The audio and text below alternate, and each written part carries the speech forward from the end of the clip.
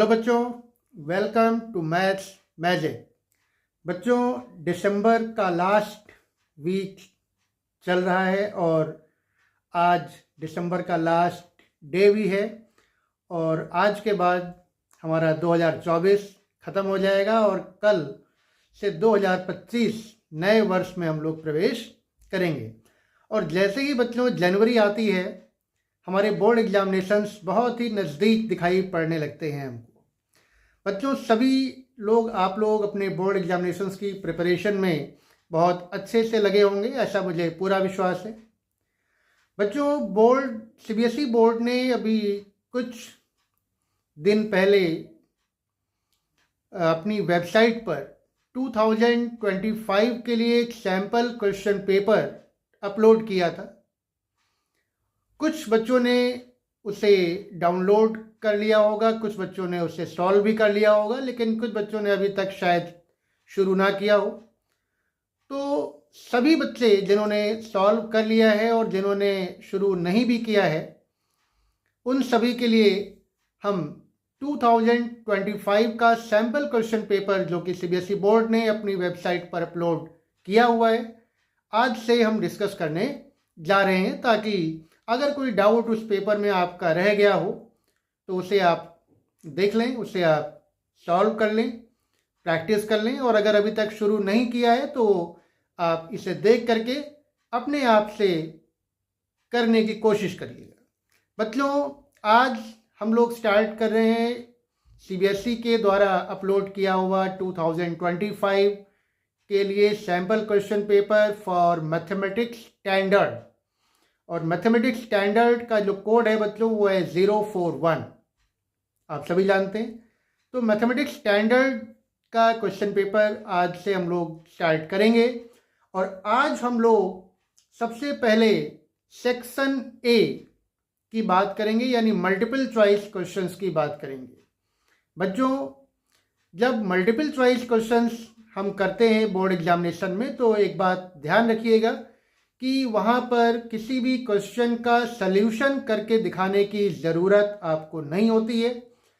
आप directly answer लिख सकते हो। अगर कहीं पर आपको सॉल्व करने की नीड फील होती है, आपको लगता है कि हमें सॉल्व करना पड़ेगा, तो आप उसको अपने माइंड में और या फिर रफ कॉलम में या फिर पीछे रफ पेज जो आपने बनाया हुआ है वहाँ पर सॉल्व करके देख लेंगे और केवल हमें अपना आंसर यहाँ पर लिखना होगा।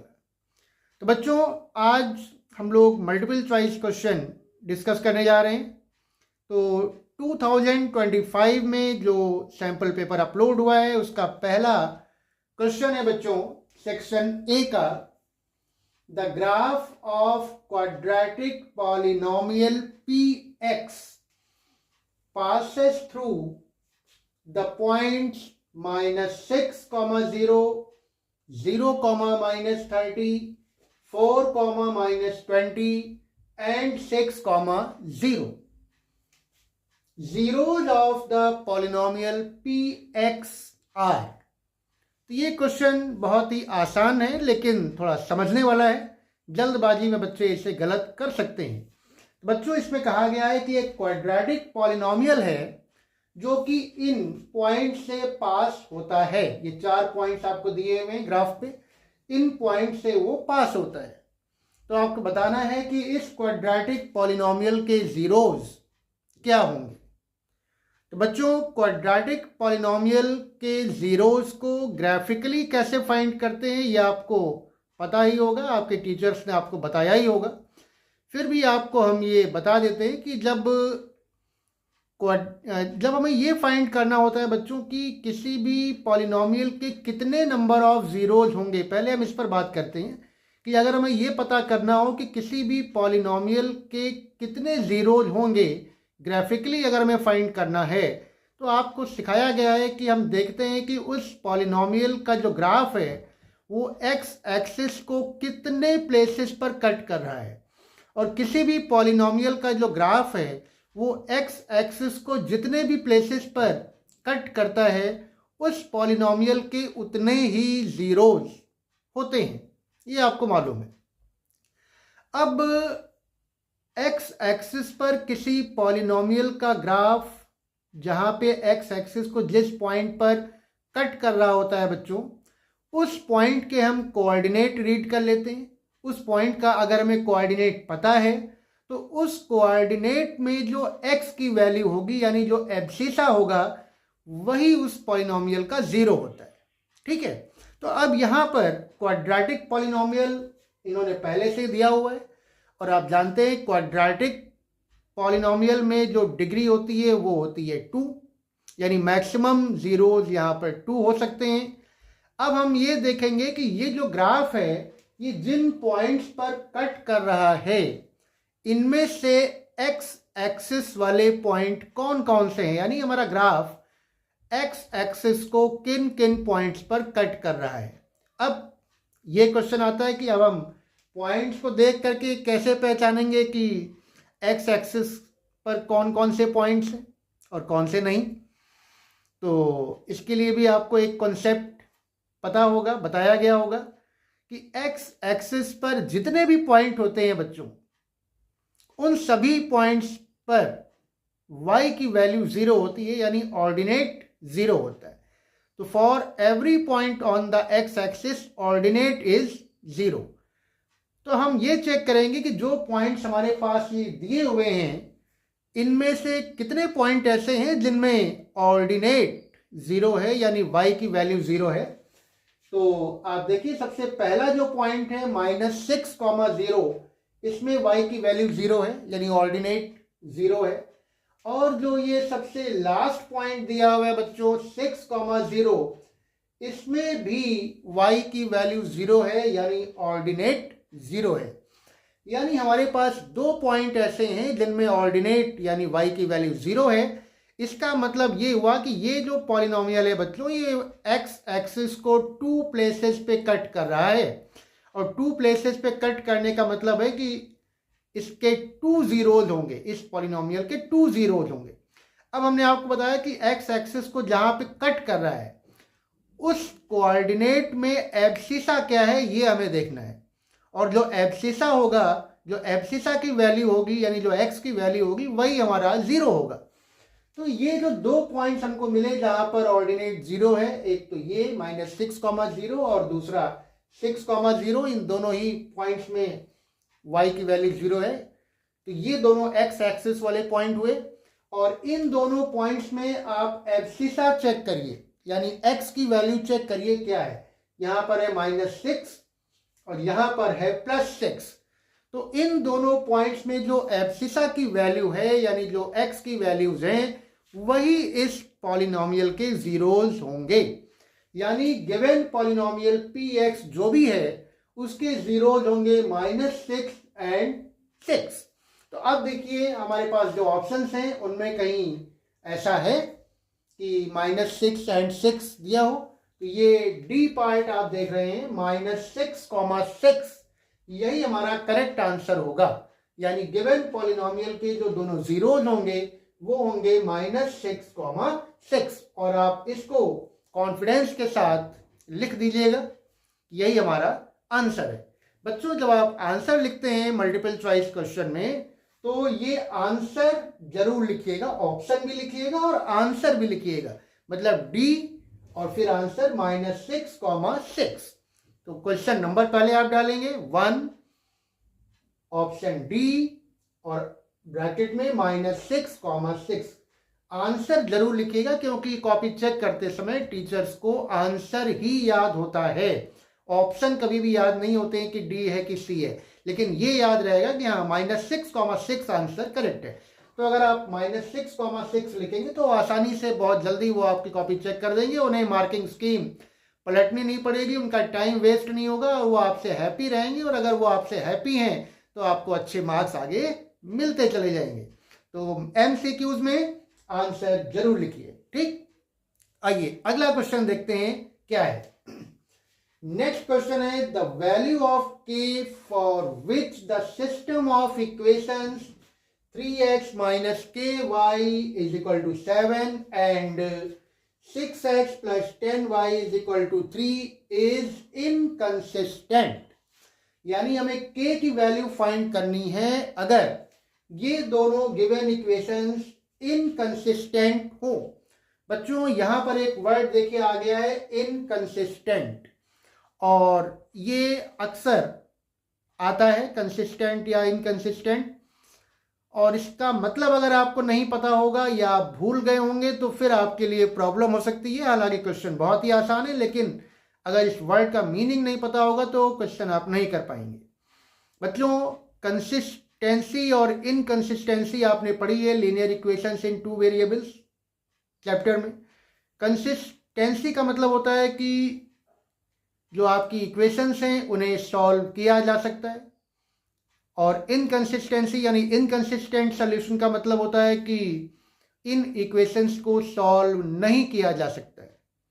और आपने ये भी पढ़ा है कि कितनी तरह के सॉल्यूशन पॉसिबल हैं, तो हम शॉर्ट में आपको रिवाइज करा दे रहे हैं। एक तो आपका यूनिक सॉल्यूशन होता है, एक आपका इन्फिनिटली मेनी सॉल्यूशन होता है, और एक आपका होता है नो सॉल्यूशन। तो बच्चों, जहां पर यूनिक सॉल्यूशन है और इन्फिनिटली मेनी सॉल्यूशन होते हैं, ऐसी जो इक्वेशंस होती हैं इनके सॉल्यूशन को कंसिस्टेंट सॉल्यूशन कहा जाता है, यानी इनको कंसिस्टेंट सॉल्यूशन बोलते हैं। और जहां पर नो सॉल्यूशन होता है, यानी जहां पर सॉल्यूशन फाइंड करना पॉसिबल नहीं होता है, ऐसे सॉल्यूशंस को इनकंसिस्टेंट सॉल्यूशन बोलते हैं, और इसे इनकंसिस्टेंसी ऑफ द इक्वेशंस कहा जाता है। तो यहां पर आपको गिवन है कि जो दोनों इक्वेशंस हैं वो इनकंसिस्टेंट हैं, यानी इनका कोई भी सॉल्यूशन पॉसिबल नहीं है, यानी नो सॉल्यूशन। और फिर आपको के की वैल्यू फाइंड करनी है ना। तो अब आपको नो सॉल्यूशन की कंडीशन भी पता होनी चाहिए कि किस कंडीशन के होने पर इक्वेशंस के नो सॉल्यूशंस होते हैं। तो ये आपको याद ही होगा, हमने आपके लिए छोटा सा सॉल्यूशन दिया हुआ है यहाँ पे, आइए इसको देखते हैं। तो फॉर नो सॉल्यूशन या फॉर इनकंसिस्टेंट सॉल्यूशन, ये याद रखिएगा कि inconsistent solution means no solution. तो फॉर इनकंसिस्टेंट सॉल्यूशन और for no solution, a1 upon a2 is equal to b1 upon b2 is not equal to c1 upon c2। ये आपकी condition है। आप a1, a2, b1, b2 और c1, c2 की value put कर दीजिए। तो आप देखिए a1 आपका 3 है, तो ये आपका 3 हो गया, अपॉन a2 आपका 6 है, नीचे 6 हो गया, a1 अपॉन a2 3 अपॉन 6 हो गया, is equal to b1 upon b2। तो b1 देखिए माइनस k है और b2 आपका प्लस 10 है, तो b1 upon b2 minus k upon 10 हो गया, is not equal to c1 upon c2। तो c1 अपॉन c2 अगर हम c1 फाइंड करेंगे तो 7 को अगर हम लेफ्ट साइड में लेकर के आएंगे इक्वेशन के, क्योंकि जनरल फॉर्म में लिखना होगा, तो 7 को जब लेफ्ट में लाएंगे तो -7 आपका हो जाएगा c1। और सिमिलरली इधर 3 को जब हम लेफ्ट में लेकर के आएंगे जनरल फॉर्म में लिखने के लिए, तो c2 हो जाएगा -3, तो c1 अपॉन c2 हो जाएगा -7 अपॉन -3। तो चूंकि हमसे k की वैल्यू पूछी गई है कि k की क्या वैल्यू होगी, यानी हमें केवल इन दोनों पार्ट को यूज करना है, a1 upon a2 is equal to b1 upon b2। इसी से हमारी k की वो वैल्यू आएगी जो कि होगी जिसके लिए ये सोल्यूशन इनकंसिस्टेंट होंगे। तो इन दोनों को आप यूज कर लीजिए, 3 upon 6 is equal to -k upon 10। इसको सॉल्व करिए केवल और इस हिस्से को छोड़ दीजिए।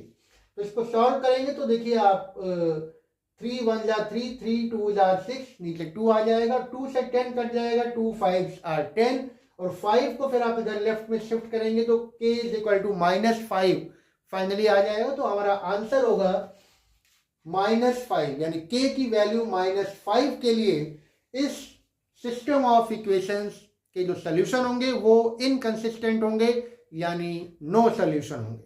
ठीक है बच्चों, अब आइए देखते हैं तीसरा क्वेश्चन। बहुत ही अच्छा क्वेश्चन है और कॉन्सेप्ट पर बेस है ना, कॉन्सेप्चुअल बेस्ड क्वेश्चन है। Which of the following statement is not true. यहाँ पे 4 स्टेटमेंट आपको दिए हुए हैं और ये सर्कल चैप्टर से रिलेटेड है, तो सर्कल के सभी कॉन्सेप्ट्स आपको पता होने चाहिए, तभी आप इसे कर पाएंगे, है ना। तो ये बेसिक कॉन्सेप्ट पर बेस है, बहुत ही सिंपल क्वेश्चन है। तो देखिए कौन सा स्टेटमेंट ट्रू नहीं है, देखते हैं।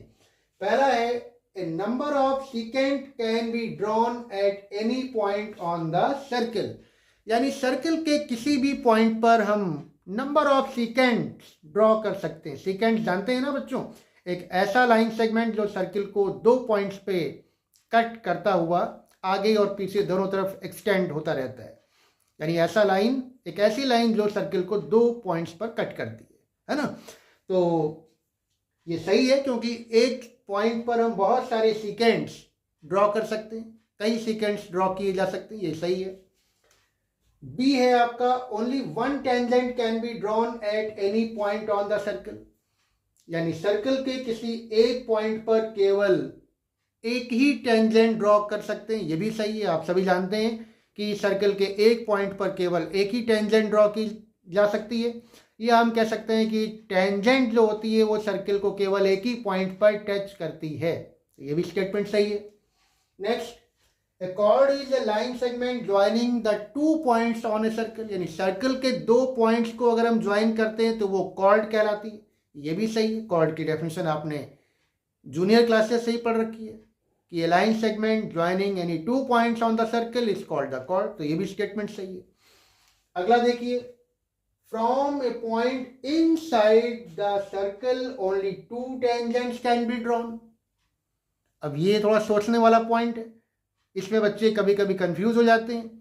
वो सिर्फ इस पर ध्यान देते हैं कि only 2 tangents can be drawn और सोचते हैं कि ये तो सही है ना। लेकिन ध्यान दीजिएगा कि ये जो पॉइंट है ये सर्कल के अंदर के लिए कहा गया है, और जो आप देख रहे हैं कि 2 टेंजेंट्स कैन बी ड्रॉन, जिसको सही मान रहे हैं, वो किसी एक्सटर्नल पॉइंट के लिए होता है ना। तो ये ध्यान रखिएगा।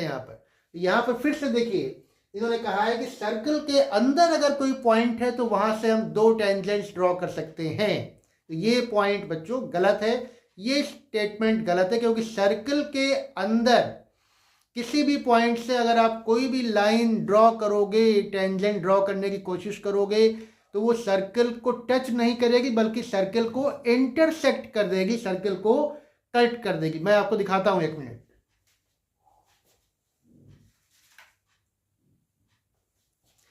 जैसे ये हमारा सर्कल है और सर्कल के अंदर कोई पॉइंट हमने देखिए यहां पे लिया। अब इस पॉइंट से अगर हम टेंजेंट ड्रॉ करने की कोशिश करेंगे किसी भी तरह से, तो ये देखिए सर्कल को इंटरसेक्ट कर देगी। हम अंदर के किसी भी पॉइंट से सर्कल पर टेंजेंट नहीं ड्रॉ कर पाएंगे, ठीक है। तो ये स्टेटमेंट हमारा गलत है कि सर्कल के अंदर के किसी भी पॉइंट से हम सर्कल पर 2 टेंजेंट ड्रॉ कर सकते हैं, ये गलत है। अगर यहां पर ऐसा कहा होता कि सर्कल के बाहर किसी पॉइंट से हम सर्कल पर 2 टेंजेंट्स ड्रॉ कर सकते हैं तो सही होता, ठीक है बच्चों। तो इस क्वेश्चन के हिसाब से हमारा डी ऑप्शन करेक्ट है, मतलब सर्कल के अंदर से हम 2 टेंजेंट्स ड्रॉ नहीं कर सकते। ये जो कह रहे हैं कि हम ड्रॉ कर सकते हैं, तो ये स्टेटमेंट इनका गलत है, ठीक है बच्चों। अब देखिए अगला क्वेश्चन एपी का है, अरिथमेटिक प्रोग्रेशन का है, बहुत ही आसान और फॉर्मूला बेस्ड क्वेश्चन है बच्चों।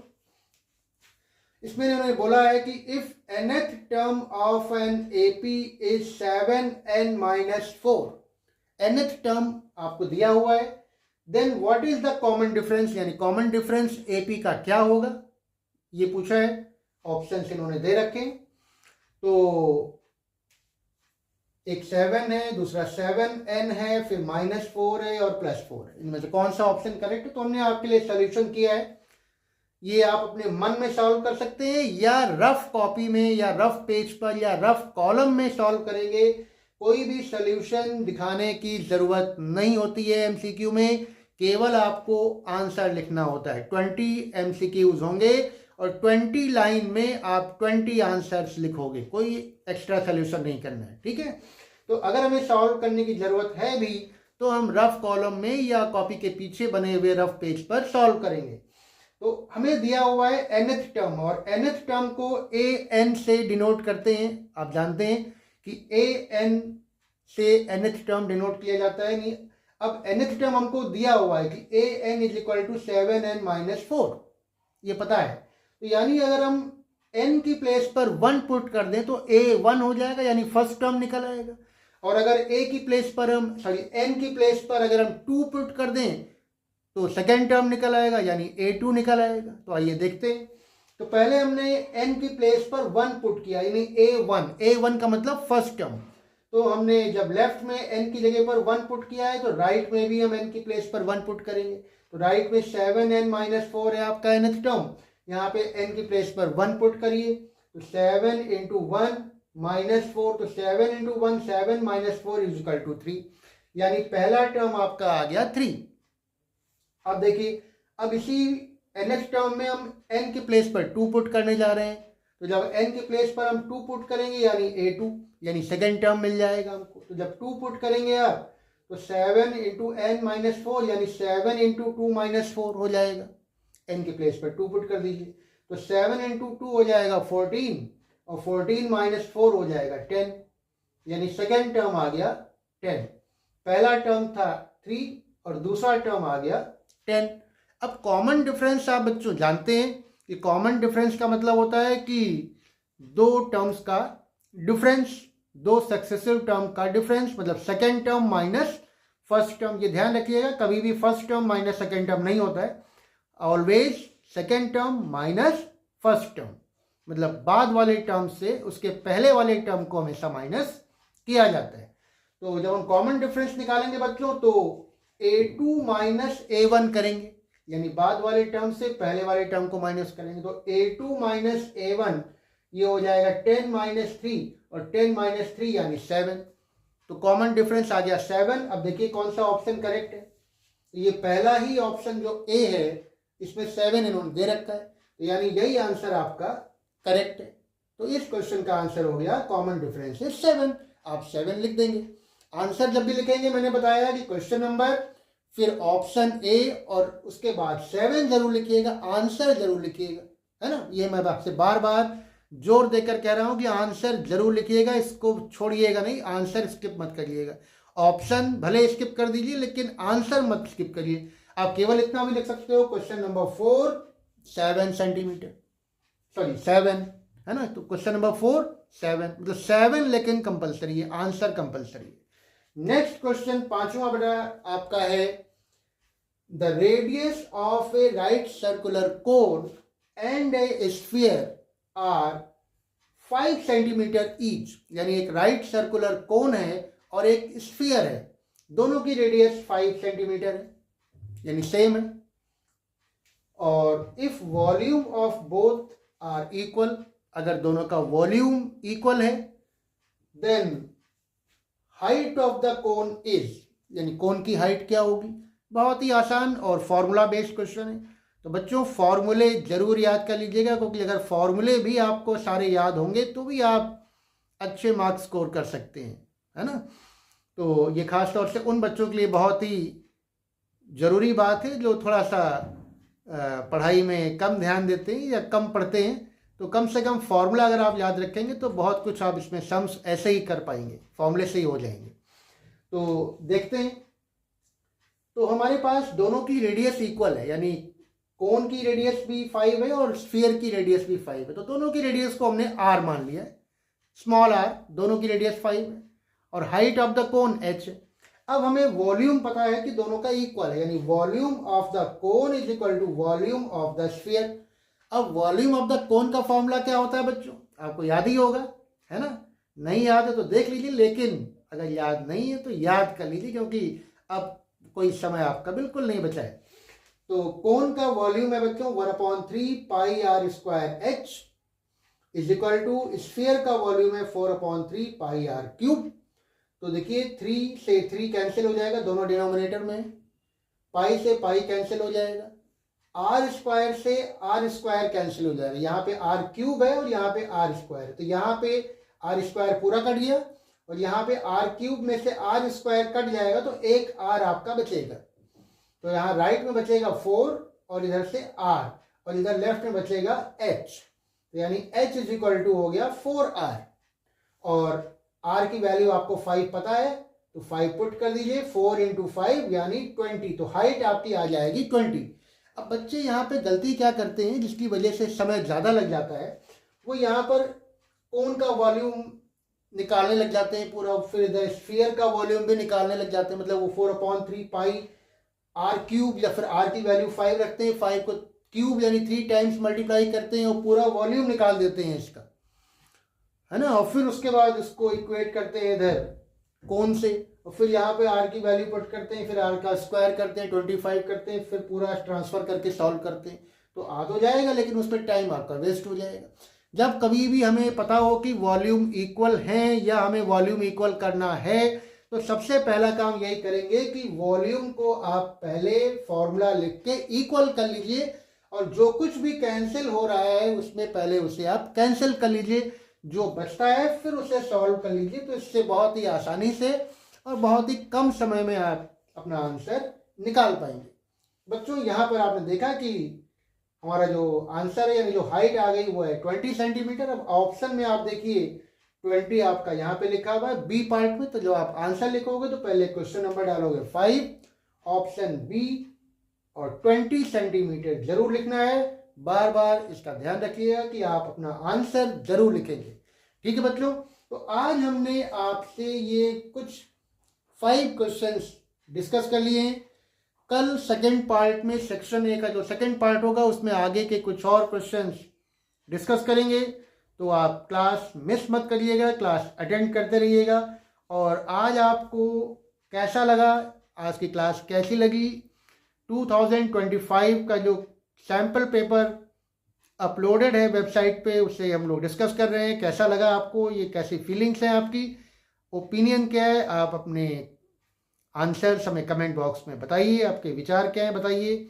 और मैथ्स की रेगुलर प्रैक्टिस करते रहिए, फॉर्मूले ज़रूर याद करिए। तो कल हम लोग कुछ आगे के क्वेश्चंस डिस्कस करेंगे। आज के लिए बस इतना ही। Thank you and have a nice day.